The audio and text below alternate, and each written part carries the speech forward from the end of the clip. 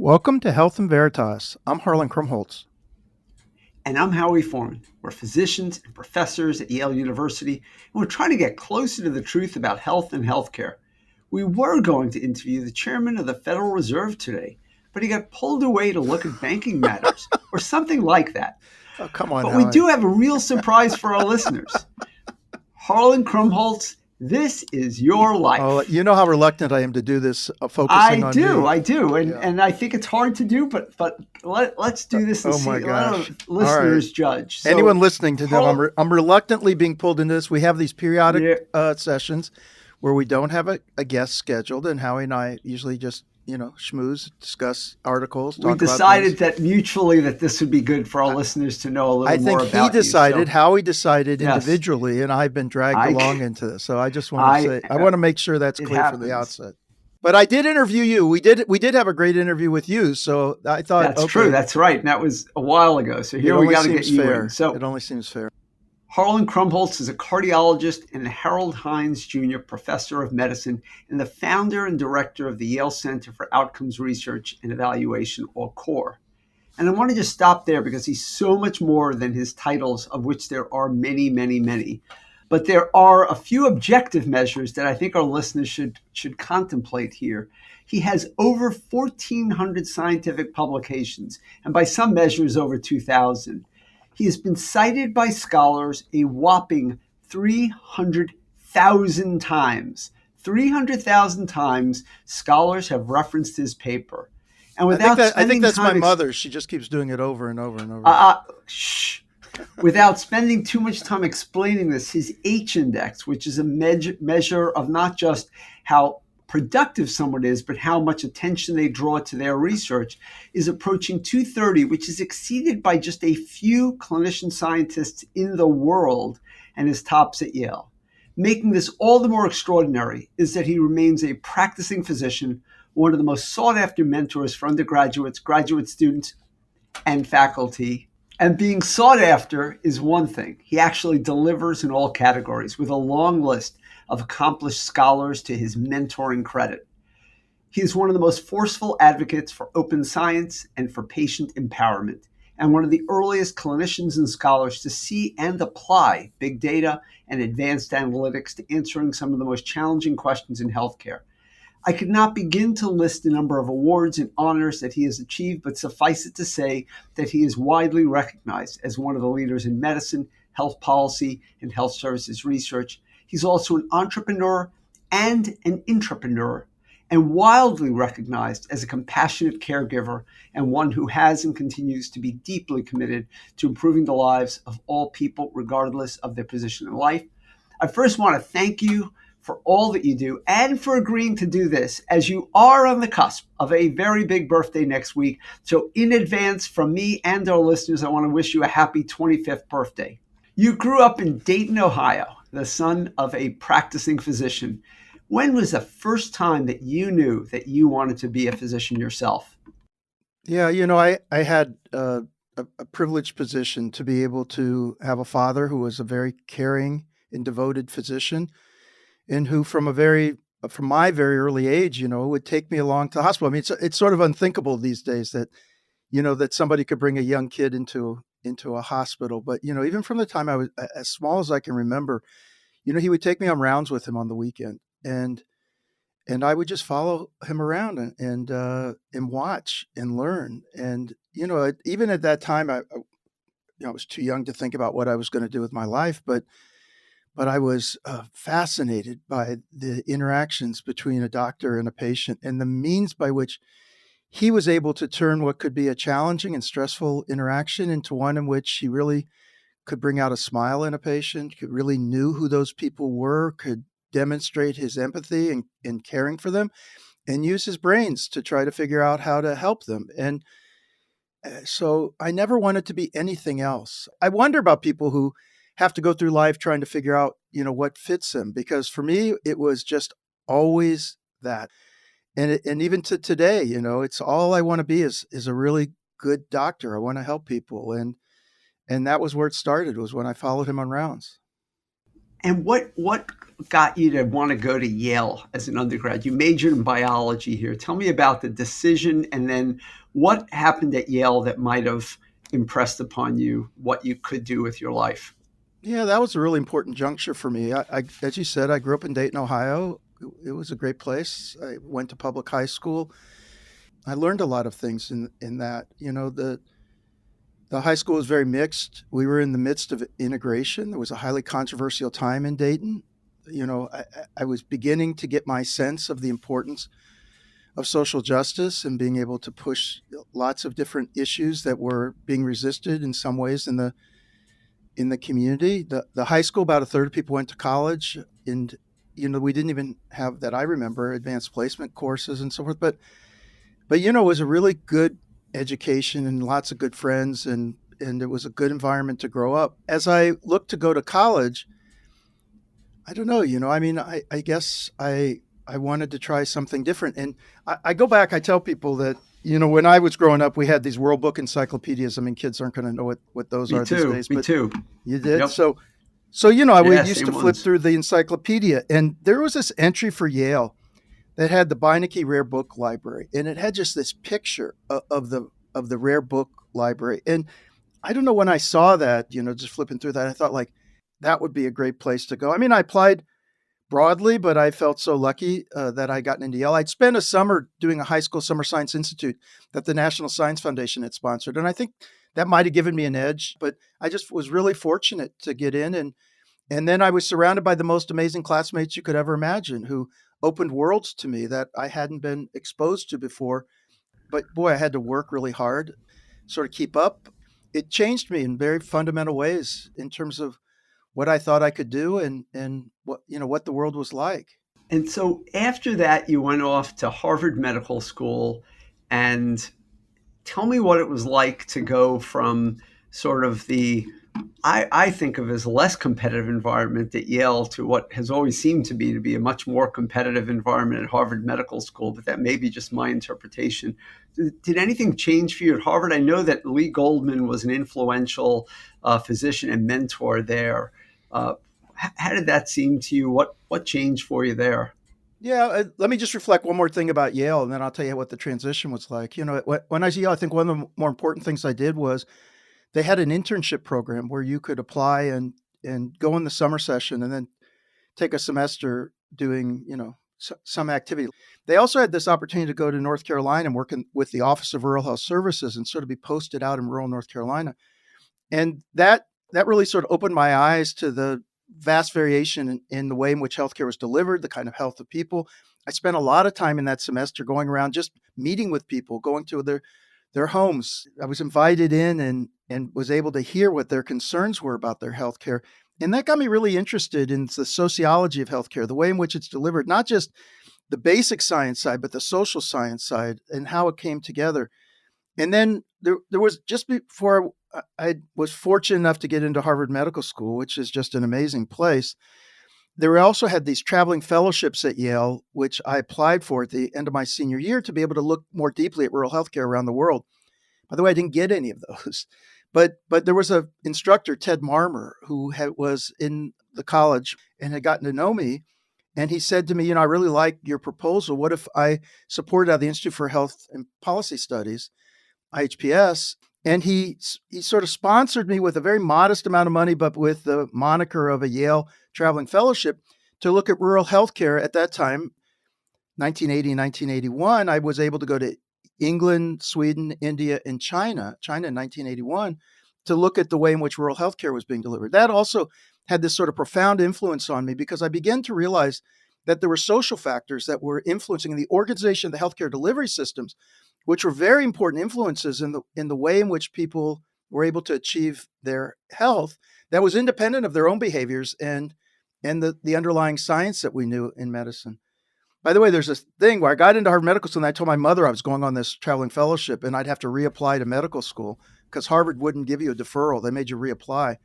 And Wow, my mother almost plotzed, when I told her that. that has changed. Yeah. But anyway, but when I came back, I was able to go, and I think I was, again, kind of had been changed in fun. I was much more grounded. I'd seen much more of the world. I mean, I had a pretty parochial upbringing in Dayton. I hadn't seen very much of the world. And this year had given me a lot of different experiences.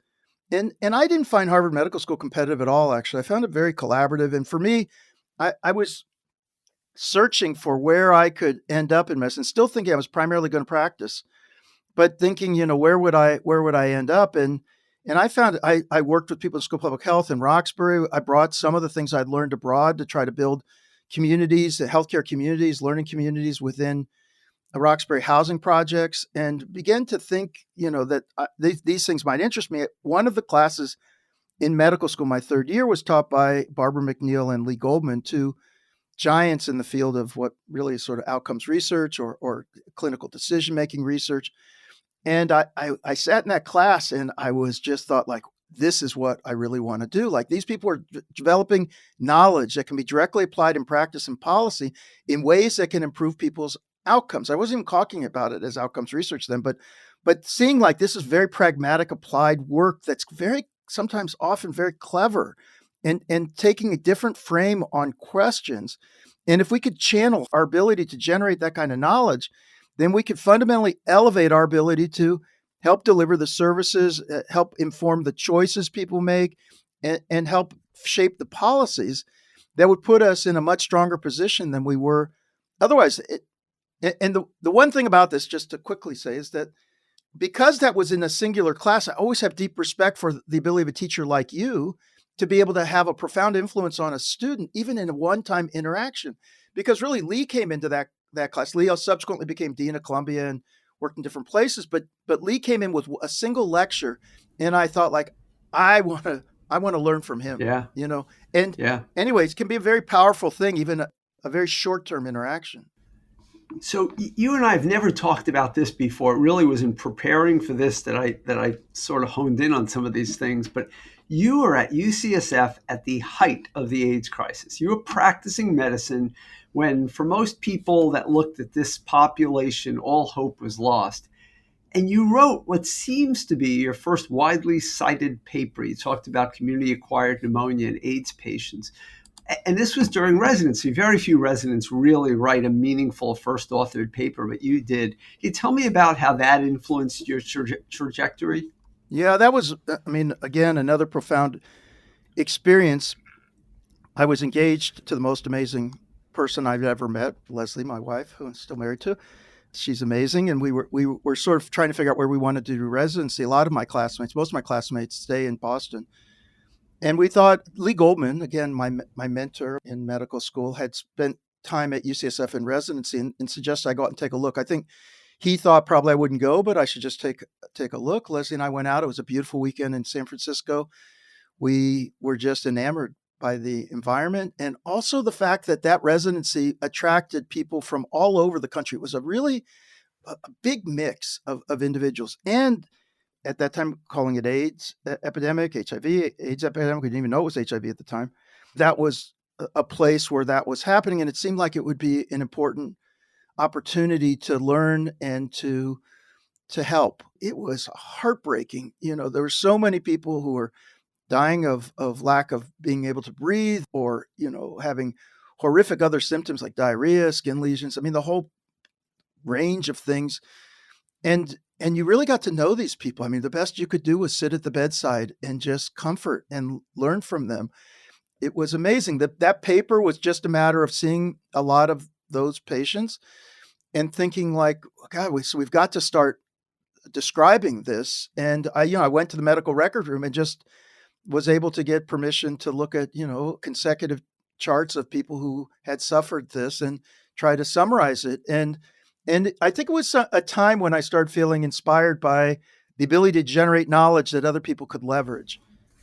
So 1992, you're doing a fellowship in cardiology at Harvard, the Beth Israel Hospital. And you're also doing a master's degree at the Harvard School of Public Health and Health Policy and Management.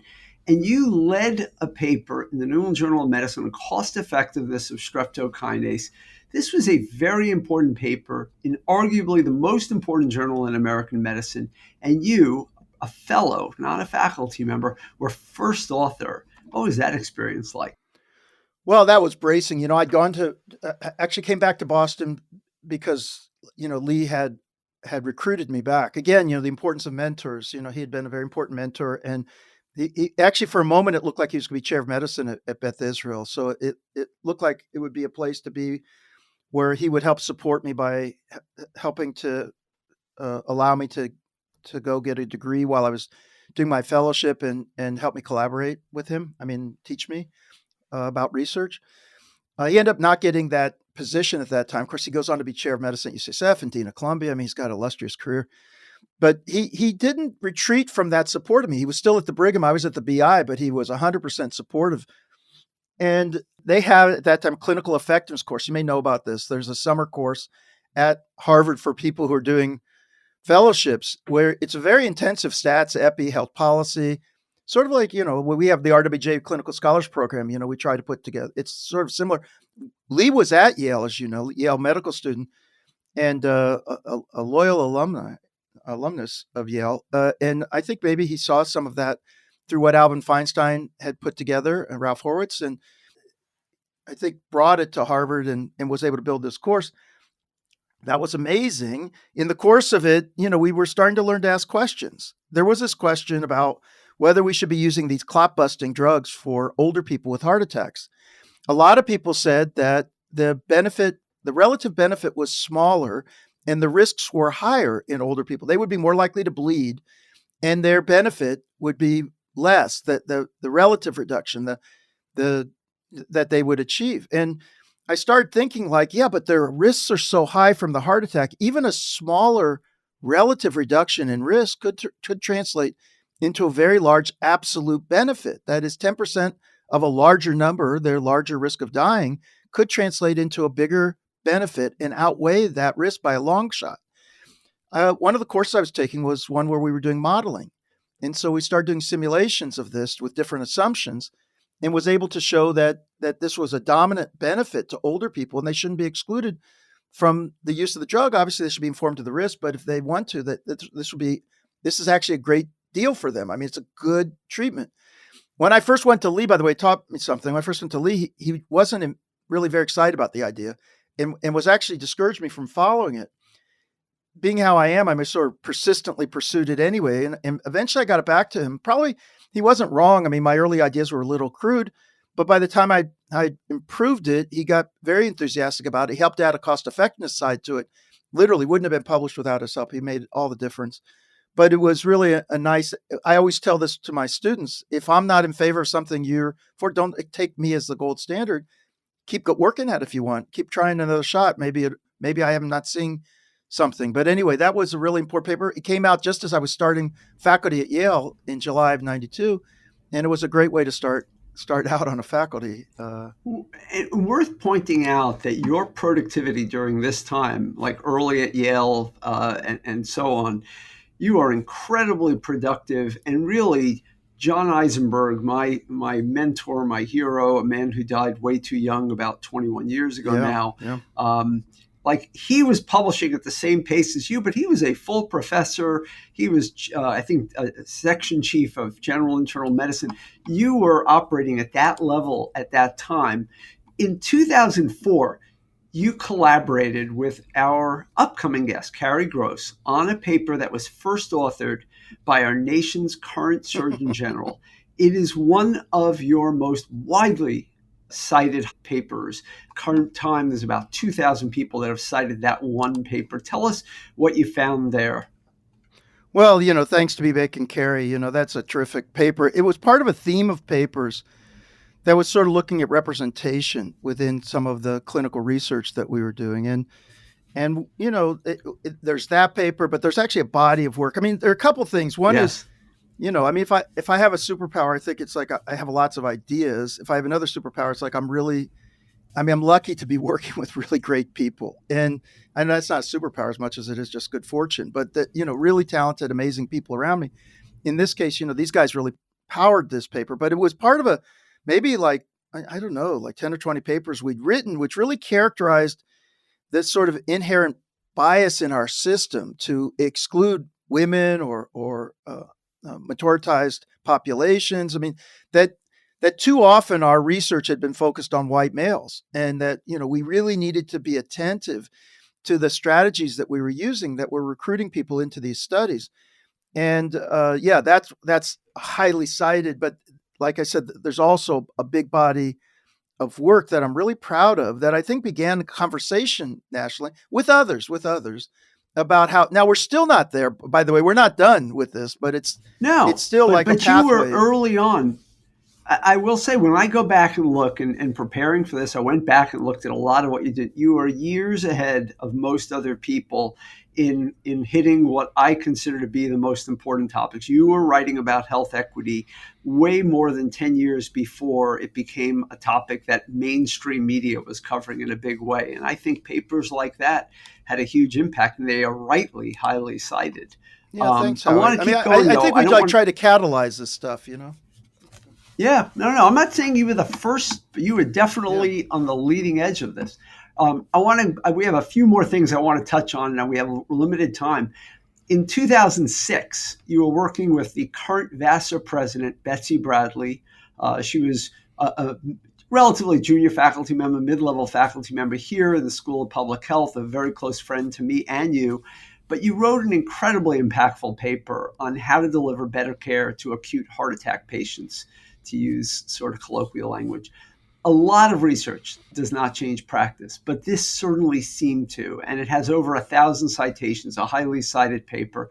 When you look out there on the landscape now and see documented reduced mortality and better consistency in practice around cardiovascular care, are you able to sit back and reflect on what your role through this paper and so many others has been? Because I think it's incredible. Yeah, that's one of the things I'm most proud of. I mean, we got an NIH grant to look at this issue of delays in treatment for patients with heart attacks, and we knew that it was a very difficult problem to solve nationally. There just were hours that would pass while people would sit in the emergency room before they would get definitive care for a blockage, that was causing a heart attack that needed to be relieved. And we just started systematically learning what represented best practice. We started building out this idea of positive deviators. Who was actually excelling? What could we learn from them, and how can we generalize it and scale it across the country? And this started from a very, set number of studies to try to distill insights about top performers to ultimately a national effort that included over 2,000 hospitals around the country, and got to the point where you can go anywhere with a heart attack and you're almost guaranteed to be treated within a half hour. Prior to that, it was 90 minutes to 2 hours that in general it was taking, and some people even longer. And this was a tribute, by the way, not just to the research, but to the way in which the clinical community engaged at every level, from people who are getting electrocardiograms, nurses, transport, cardiologists and interventional cardiologists, emergency medicine docs, and more. And we did a whole bunch of cool things. How we brought in NASCAR pit crews who would teach clinicians, no matter how good a driver you are, unless your pit crew is good, you're not going to win the Yeah. race. So you can't be like a star interventional cardiologist without paying attention to your team, getting people all working together. I'll say one other thing about this with Betsy. She is amazing. This was about also getting into mixed methods, quantitative research, and also hearing stories. Betsy is a specialist in qualitative research, and we sort of brought that into what's called mixed methods. And anyway, it was a terrific run, and made a I, huge I, difference. I want our listeners to understand, though, that it's not just about saving lives, because you have saved a lot of lives with this. It's also even that even the lives that wouldn't have died, they would have lived with less heart muscle alive. They would have lived in less good condition. And because of the changes that have been implemented from that, we've really seen a dramatic improvement in cardiovascular outcomes, not just a reduction in death. Yeah, and this So, was also, uh, by the way, the American Heart Association, American College of Cardiology. American College of Cardiology in particular was a strong partner, but American Heart Association also contributed importantly. I mean, this was a broad base of credit ought to go out here, but really proud of the work that we did to develop the yeah. science. So your work on avoidable readmissions, which maybe I'll let you explain to the audience, is incredible, because again, I found over 100 instances of papers that include you as an author on this topic alone. Why has this been such an important topic for you? And what have we learned about this? Yeah, well, there's this persistent issue of people who are hospitalized ending up back in the hospital within 30 days way too commonly. And it's sort of mind blowing. I mean, within 30 days, maybe 1 in 4 people end up back in the hospital among Medicare beneficiaries. And even if you include it more broadly, it's still a high number. And the story goes, we were working with the federal government around trying to develop measures that we would publicly report that would start to draw light to the quality of care within the healthcare system. We had just worked on a measure on mortality, and it was being publicly reported, drawing attention to the variation within the country and the ways in which we could improve. And they said, like, we want you to maybe, what if we start looking at cost? And we said, well, cost is a hard one because how do you know what the right number is? Some people are spending more money. Maybe they're getting better outcomes. It's worth it. And we had been doing work since the 90s on this idea of like really trying to draw attention to this readmission issue, which is largely ignored. By the way, when I'm a resident, people are just talking about I hate to say this, but this is the kind of disrespectful language we'd use. Frequent flyers. Oh, somebody's back again. That's right. That's you wouldn't true. You wouldn't sit there and say this is in many cases a failure of the system. How did we help with the transition? What did we do to reduce the risk? We just were like, hey, so and so's back. It's horrible. So we were able to sell the idea to Center Medicare and Medicaid Services, the Medicare group, to be able to look towards readmission. And we also recognized that there was variation in readmission. And in one of the studies I'm most proud of, I'll just tell you this quickly, was we did a study of the same person going to a high-performing readmission hospital, meaning low readmission rates, and a low-performing readmission rate. So somebody admitted to 2 different hospitals within a very short period of time. What was readmission rate at those 2 hospitals? And it turned out that same patient, you go to the worst performing hospital, you had a higher likelihood of being readmitted. And so we're kind of isolating this as actually a quality measure. And so a lot of this work has been both trying to understand what you can do to improve it, illuminating the variation and key factors associated with it, and trying to help us as a healthcare system make sure that people have better recoveries after they've been hospitalized. Can you quickly tell us, I know this has been controversial for some, and I know that even your opinion about how do we judge this has evolved. Can you give our audience just a little bit of the nuance about why this isn't like a no-brainer, to use the term, why it's not easy to judge a hospital based just on their readmission rate? Well, I mean, all the hospitals, the hospitals get different sorts of patients. I mean, and so that has to do with their thresholds for who they're admitting, where they're located, what kind of patient groups that they're caring for. And so you want to be fair to them. And so you want to be able to take into account the differences in the type of patients that come in. And this turns out to be challenging, and it's hard to know whether you've actually done it well enough. And so we've worked really hard to try to level the playing field and make these kind of fair comparisons. Now, some of the hospitals, and in particular safe net hospitals in this country, say, well, people who are poor or minoritized populations have higher risks of readmission. We think that that's not our fault. That has to do with the context of their lives, social determinants. And what I say is that, but we don't want to hide it, by adjusting for those factors. We don't want to obscure it. Now, we may not want to, we may want to figure out what our response ought to be as a society. But it's important for us to know whether or not there are certain groups that are subject to worse outcomes.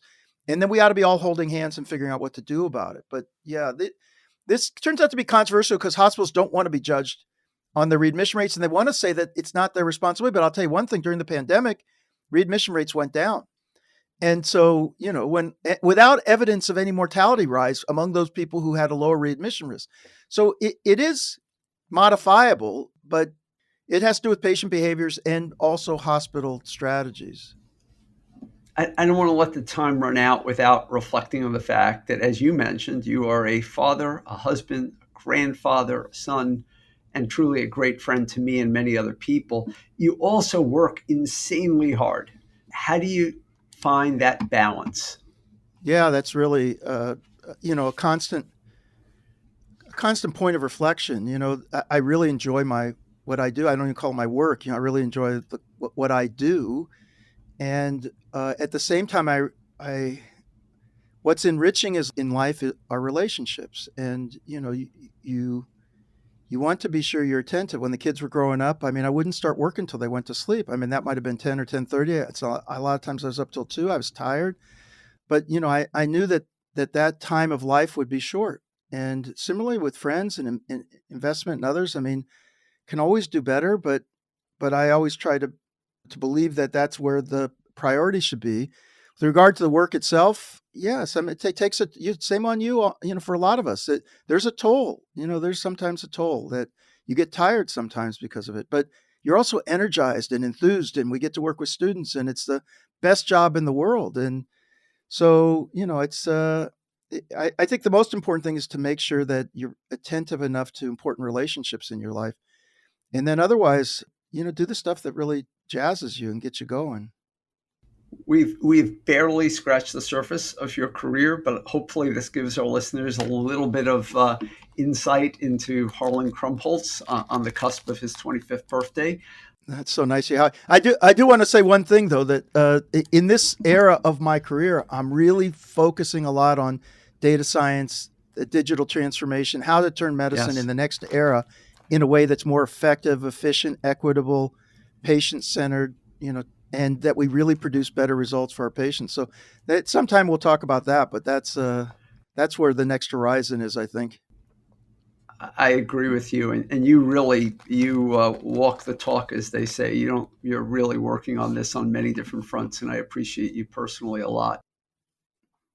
Thanks so much, Howie. I hope at least one person found this interesting. Maybe my mother will if she listens to it. But thank you for doing it. You've been way too kind, and but I do appreciate the opportunity to reflect a little bit on my career. Thank you so much. You've been listening to Health in Veritas with Harlan Krumholz and Howie Foreman. So how did we do? To give us your feedback or to keep the conversation going, you can find us on Twitter. I'm at HMKYALE. That's HMK Yale.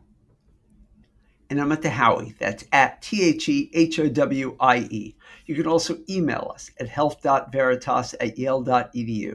Aside from Twitter and our podcast, I am fortunate to be the faculty director of the healthcare track and founder of the MBA for Executives program at the Yale School of Management.